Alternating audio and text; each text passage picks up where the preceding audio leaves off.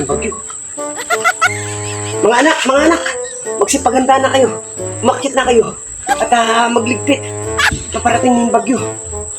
Kailangan natin maghanda. Dali nyo, magsipagkilos na kayo.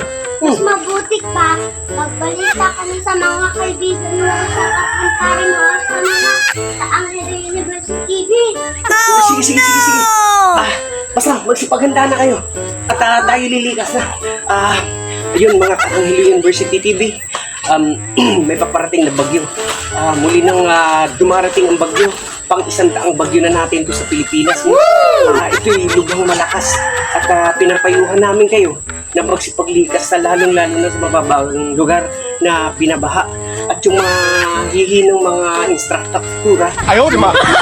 pwedeng liparin, ipako nyo na o itali nyo na para hindi liparin mga Angeles University TV. Ito po ay nakakagulat na balita para sa inyo. Aking nalaman, aking natuklasan at talagang hindi ko maintindihan kung anong klaseng bagyo ito. Parang ito na yata yung the big two. Kasi the big four yun dapat, di ba? Pero dalawang bagyo ang paparating.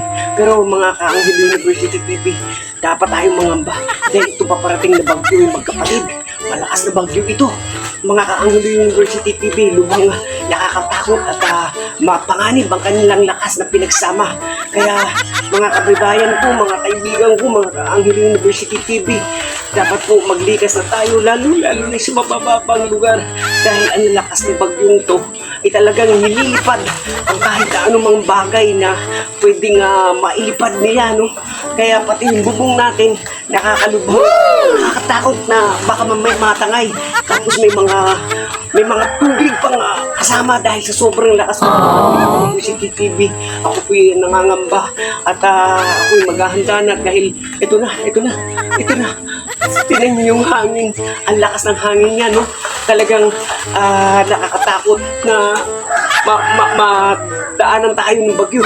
Ang bagyong ito ay si Angelica at saka Angel Kit ko, mga kaibigan. Yan na nga. Aray ko, sakit, mga kaibigan. Tinan niyo, sa sobrang lakas ng bagyo,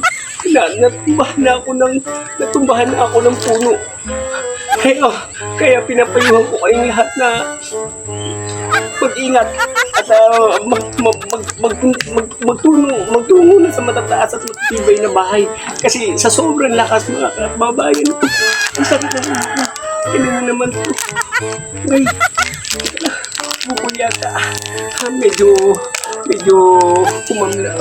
kumalma na yung bagyo.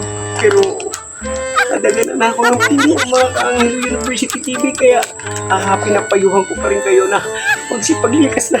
Tara. Ano nangyayari sa puno ito?